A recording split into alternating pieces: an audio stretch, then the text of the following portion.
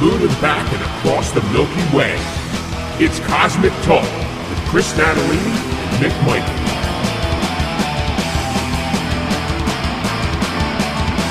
News, movies, and more.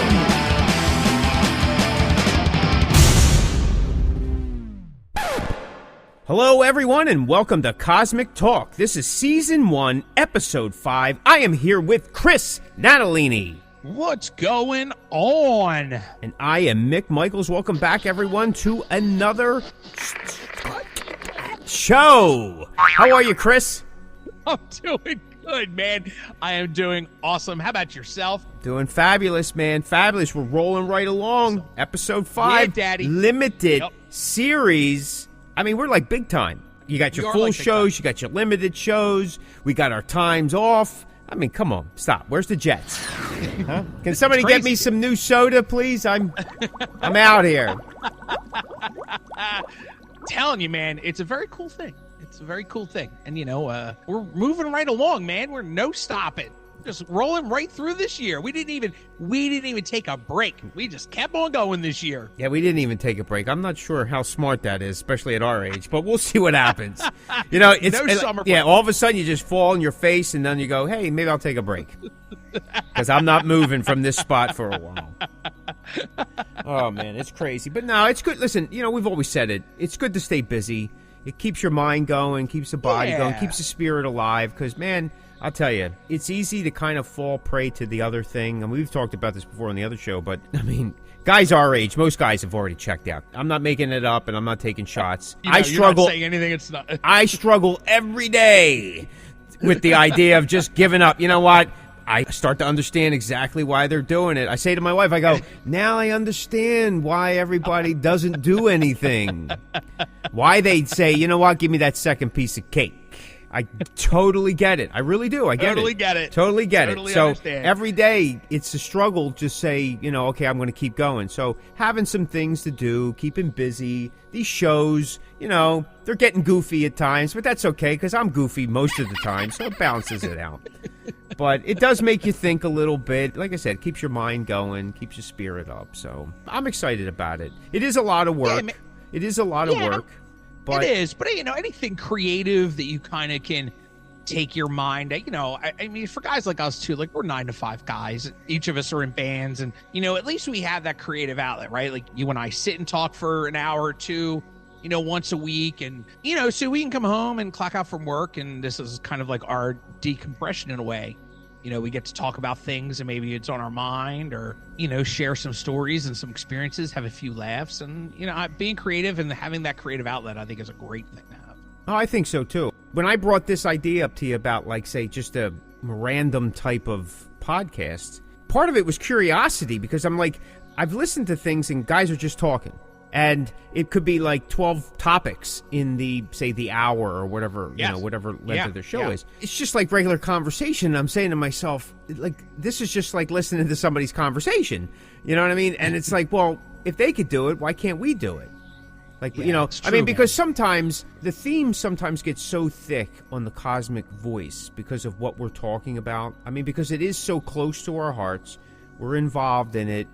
We're in the thick of it most of the time. So a lot of the experiences that we're experiencing may not always be the most uplifting at times. And like I said, last season was a little darker in that sense because it's reflecting what's happening. This, I thought, would be just so lighthearted, see where it goes. It doesn't matter really what we're talking about. And, I mean, I guess in some sense, it's kind of experimental in a promotion, marketing, show-oriented way. Like, could we pull this off? Now, I'm just not trying to say, you know, we'll do this, and then we'll try this, and if this doesn't work, we'll bring on cats, and then if this doesn't... Though that may work, too. You know, we'll do this, and we'll shave our head this episode, and, you know, whatever. I don't want to get into all that, but I think that just having some random banter may not necessarily be the best way, but to have some casual talk about topics that we enjoy besides music, I thought would be, you know, would be kind of cool. So far, so good. You know what I mean? So far, so good. And, you know, a couple of times you and I have both heard together and separately, like part of the Cosmic Voice podcast that sometimes people like or enjoy is the lighthearted stuff that you and I do in the beginning of the show, whether we're talking about Christmas or whether we're talking about, just random goofy stuff, the weather or the groundhog. I've had a couple people telling me like they, of course, enjoy the information, but our lighthearted talk was something that drew them in also. So it just kind of made sense to do this limited series of whatever, music, movies, and, just the guest on this season, and it just kind of made sense to do it and try it out. And what's the worst case scenario? I mean, you and I have done a few things in the past few years that we do not do anymore, but they were awesome at the time. We were trying something new. We're trying something new. That's all. And like this is limited. It's a limited series to see if it works. If it doesn't, it's a break from the norm. But I mean, it's also a way to show, in some regards, we talked about it on the other show, like you sometimes have to have other things in your life. You cannot be just so tunnel vision that you miss out on things. And maybe this is our age, you know what I mean? Like we realize it, we understand it because we've built other lives. And I think that's important because that could help whatever else it is that you're doing, the creativity and other things and all. So, being artists, and I'm going to use that loosely because some people may get uptight how it's defined or used, whatever. But I think there's that need inside to just be creative and try things, and that experimental type of aspect, I don't think most artists shy away from. I think it's something that's innate to being an artist. I know that's just my opinion, but No. I completely agree with that, dude. I completely because agree. Even in, believe it or not, even in like the non-music related stuff that I like or I'm involved in, I sometimes have that artistic eye or thought pattern, and you quickly relate it to, well, maybe you know what I mean, that kind of thing, how you'll break down movies or books or things you watch or just anything, watching a parade go by. You're like, you know what? They're not, them two guys on the end, not so much in time. You know what I mean? But that one guy leading the pack now, he was giving it his all. He had a little bit of extra salt and pepper in what he was doing. But anyway, I don't know. Like I said, I think this would be a fun type of thing. And so far, I'm enjoying it. And I think you are as well. Oh, yeah, absolutely. I mean, I do miss Cosmo, but no, I get it. Hey, listen, he may be back. He may be. You never know. You never know. Listen, like we talked about in the previous episodes, some of this stuff lives on. And all you got to do is just kind of scroll down. That's and right, you can dude. Always find Cosmo. Yeah, you can always find Cosmo. Right. And if you've been following our comic book, Cosmo's been in there. He has. Yeah. He has. So, not a bad thing. Not a bad thing. You're listening to Cosmic Talk with Chris Natalini and Mick Michaels.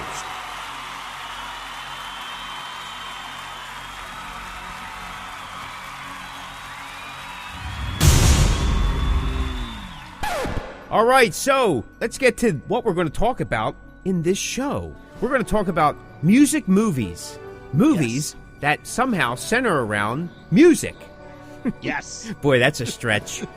What do you think, buddy? What movies do you like? What stands out for you?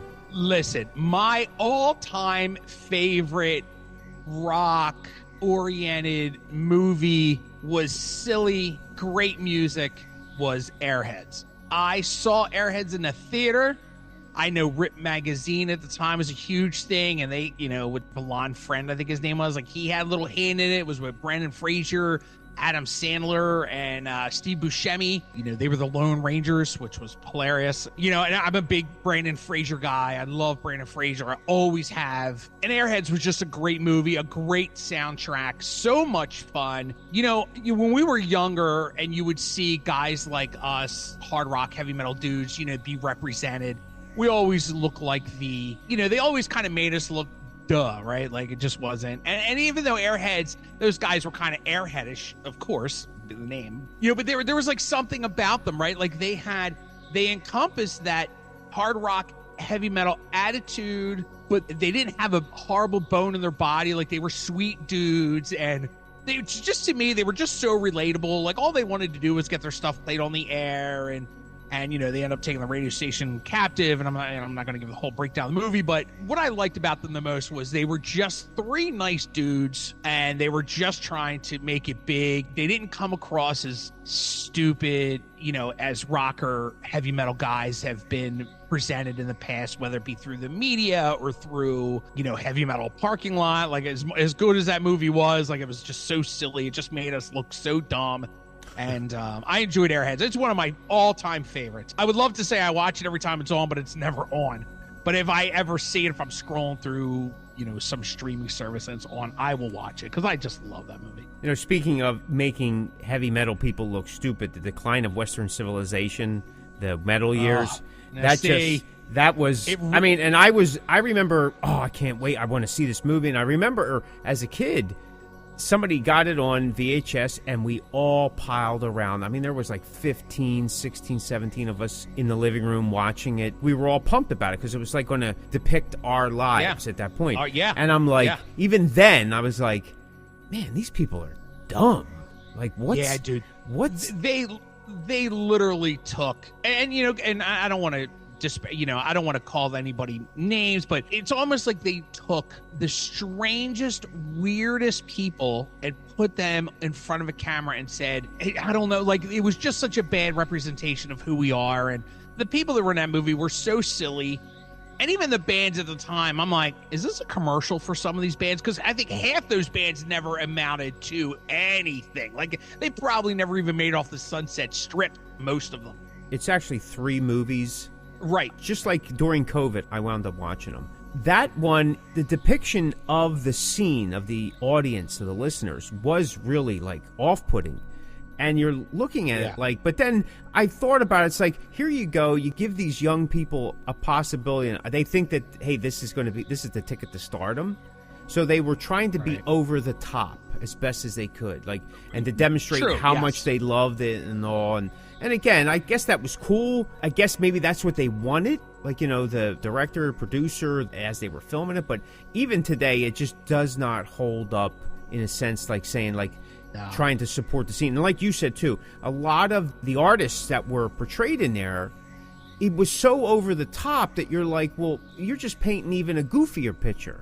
Yeah. Was it about the music or was it about the look? Like, I mean, the whole Kiss part, like the Paul Stanley parts were uncomfortable. Gene Simmons had so much weird makeup on, and it just, it was just kind of crazy. I don't know. Ozzy cooking breakfast. Yeah, I mean, I could see that in a sense. Like, I mean, like, they were trying to maybe get an up close and personal Ozzy the Man in between. And that was probably maybe a better section of it, in my opinion, but like, you actually felt bad for some of these guys. Like the guys London, I mean, they're living out of a pickup camper, and I was like, even then I go, I don't know, man. I want that Bon Jovi lifestyle where you're coming off the plane and maybe then decompressing backstage, but I don't know if I want this thing. And even guys like Poison, and everybody knows me, like I'm a huge Poison guy, but I mean, even they came off kind of, and they were young, and the second record wasn't even out yet, and they came off kind of weird. Faster Pussycat came off weird. Even Lizzie Borden. I am a humongous Lizzie Borden fan, been since day one from the Give 'Em the Axe EP. Like, I am old school Lizzie Borden. He's in this movie, and he plays Born to Be Wild. A bad version of Born to Be Wild, nonetheless. Like, all these songs at that time that movie came out, that's the song you choose to pick, and it's a bad one at that.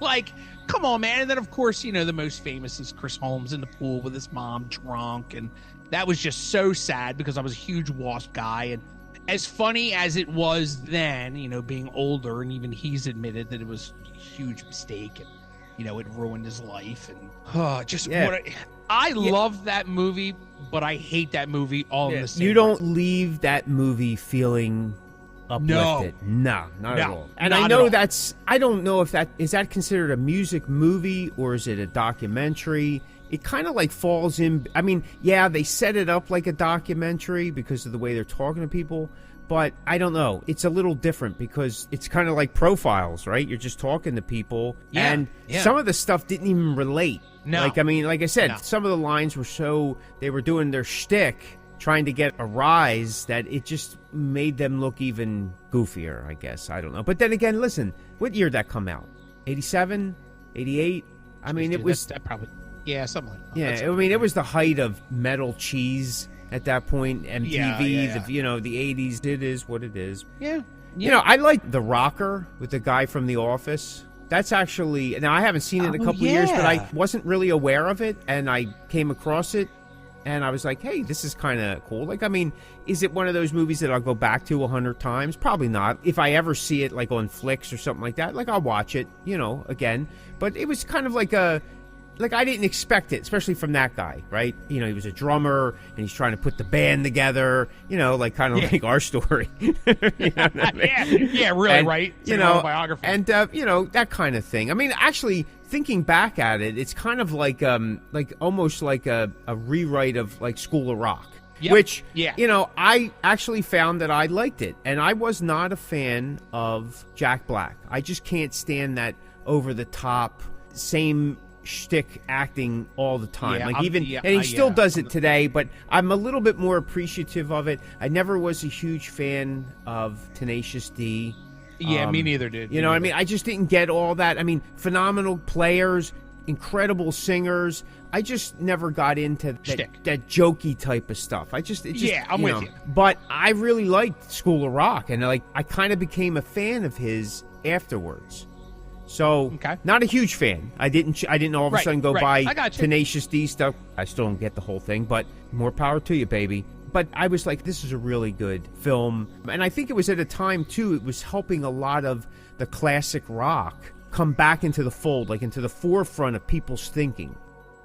That was right around the time when Rock Band and the other one, Guitar Hero, and all that stuff was starting to really take off. And again, that also helped, we talked about this before, propel some of the old classic rock to come back out.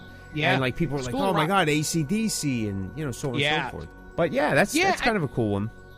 Yeah, that's a good one. You and I may have talked about this before when we were doing our Cosmo episodes. I think, you know, when we talked about, I don't know if we talked about musicals or whatever it was, but That Thing You Do with Tom Hanks and Liv Tyler, I think was a great movie. I think the songs were great. The act, I mean, obviously with Tom Hanks, I mean, you know, can't really go wrong with Tom Hanks being in the movie.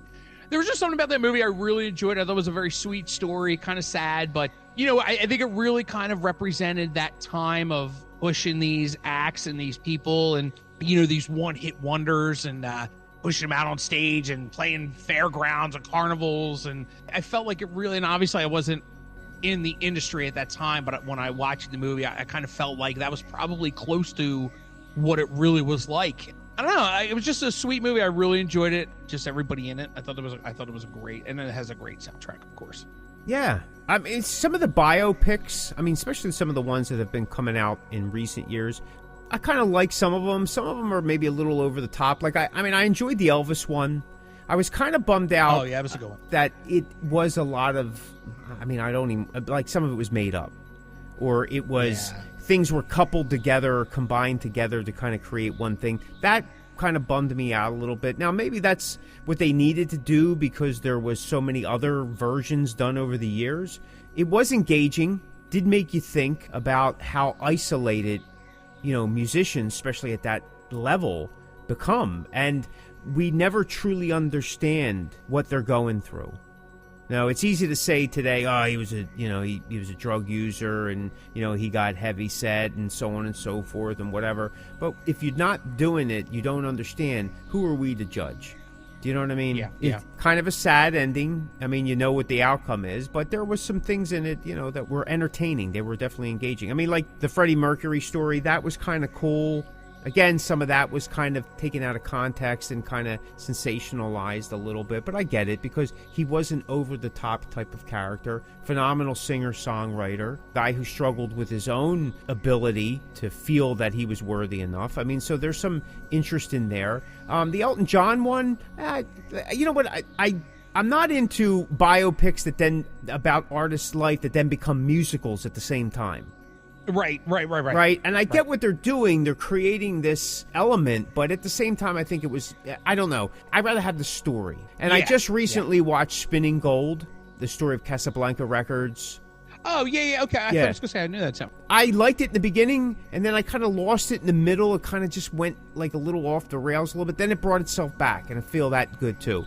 You know, I try not to read about it until after I watch it. I don't want to be swayed one way or the other. Again, if you're watching it and you're going, well, I have questions about that. That's not what I read before. The whole movie, they had kind of were saying, and then they reiterated at the end, that they know the artist, people don't know who Neil Bogart is today.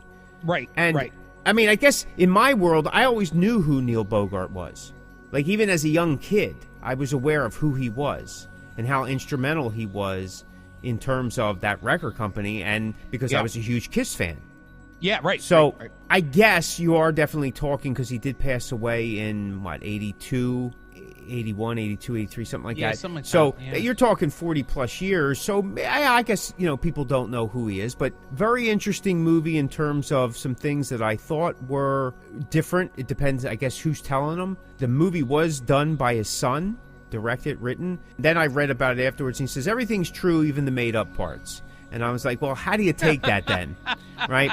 But apparently a lot of people were involved, including Paul Stanley and Gene Simmons, in terms of getting the accuracy of what supposedly happened in costume development for the Kiss characters, which I still don't understand. If they were involved, why wasn't their makeup used? I can't really find any information. Now, if somebody does, let us know. I mean, but I'm sure it was a huge licensing thing that they wanted certain amounts of money. Oh, but, yeah, you know that. Yeah.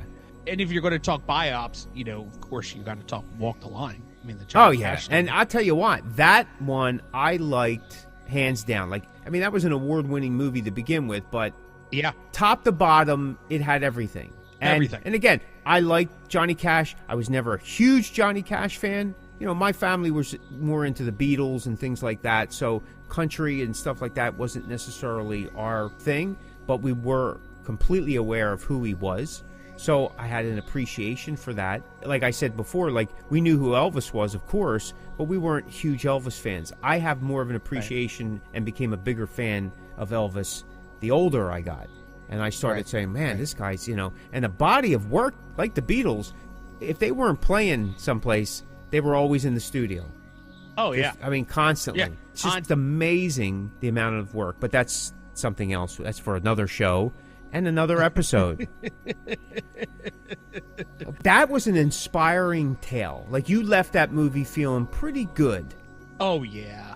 Absolutely. Yeah. Absolutely. It was, I mean, between the acting and the music, they did such an amazing job with that film. Obviously, she won the award, and, that wasn't the first time she played June Carter, and it was just on a bigger spectrum that, Reese Witherspoon did it. It was just an amazing movie. Amazing movie, hands down. This is not exactly music related, but that goes to show when you have things lined up, even some actors that may not be considered, because, Legally Blonde and all, right? That's where she was from. Yeah. But then you're given a role that's written well, surrounded by good actors as well. You got production, so on, and the story's solid, right? Because this is a story of a person's life, from the bottom to the top. Yeah. And I think, just like when you're writing a song, the better structure you have, the more things come out, and you're surprised at what people can do. Yeah. And what they deliver. So, yeah, that was definitely a quality movie for sure. And, of course, we've talked about before Sgt. Pepper's Lonely Hearts Club Band. Well, we've talked about that before as some of the worst movies, as we started putting. Now, if you want to go to the musical route, right, we threw in, like, The Wiz and Xanadu and stuff like that. But Sgt. Pepper's, man, I mean, that is silly as the movie is. They did such an amazing job with that soundtrack. That soundtrack is unbelievable. Yeah, well, it is. I mean, you had some, at the time, what is that, 70, 78? Yeah, I think so. Okay, Yeah. so you had some hot recording artists of the time participate, right? That movie's in the line of The Who's Tommy and things of that nature. People were taking, like Jesus Christ Superstar and Godspell. Now, I realized that they were Broadway things that were brought into movies to get to a larger section of the population, like Hair and stuff and Grease and all. But that was more of the rock. It was more in the vein. It was very popular at that time. But to have that many artists involved in the soundtrack of that, that's just awesome. And really, if you think about it, bro, like, you can look at that soundtrack, and as cheesy and as awful as that movie is, or people think it is, whatever your opinion is, I loved it, but whatever, I understand the mess that it is. You got 2 hits that came out of it, right? Like Aerosmith's Come Together, huge hit for them. And you have Earth, Wind & Fire's Got to Get It Back in My Life. I mean, that was a huge hit for them too. So if anything, you got 2 hits off that record. You go through a lot of movies throughout the 80s. the soundtrack actually pushed a lot of these movies to be Right. better. Like, in my opinion, I'm not a huge Footloose fan, but that soundtrack pushed it. Same with come on. Fame. Okay, same thing. Oh. The soundtrack. Grease. Well, yeah, Grease. To me, that movie still holds Grease up. is one of the greatest movie soundtracks of all time. Yeah, absolutely. Outside of Purple Rain. I mean, come on. Yeah. Well, Purple Rain was a half-decent movie, kind of wonky edited, but the soundtrack just kept it on the market. Flashdance. Terrible movie. But that soundtrack, I mean, in my opinion, it's just a terrible movie. And the edits are just so, like, you mean, wait, what happened? That could have been all part of it. They got into a certain point and go, hey, you know what? This movie's a mess. We got to make the soundtrack better. You know, who knows? I kind of feel the same way about The Commitments, too. Like, I didn't love the movie, but the soundtrack is unbelievable. It is unbelievable. Listen, I know a group of people, like, The Commitments is like the cult movie. Oh, 100%. I mean, like, they would over and over. And I had seen it, probably because of that group, at least a dozen times. And I was like, okay, it's an all right movie. I mean, it's okay. Do I have to sit through it again? You guys, it's on? No, there it is. But yeah, the soundtrack, absolutely. Absolutely. I get what you're saying. Yeah, man. I mean, come on. You know, and Wayne's World, too. I mean, Wayne's World 1 and 2 were amazing movies. Not the greatest soundtracks, but I love those movies. Are they considered music movies, you think? Well, I mean, I guess I consider music because the first movie is built around them and her getting popular, whatever. I don't remember what her name is. And then the second one was they were doing Wayne Stock.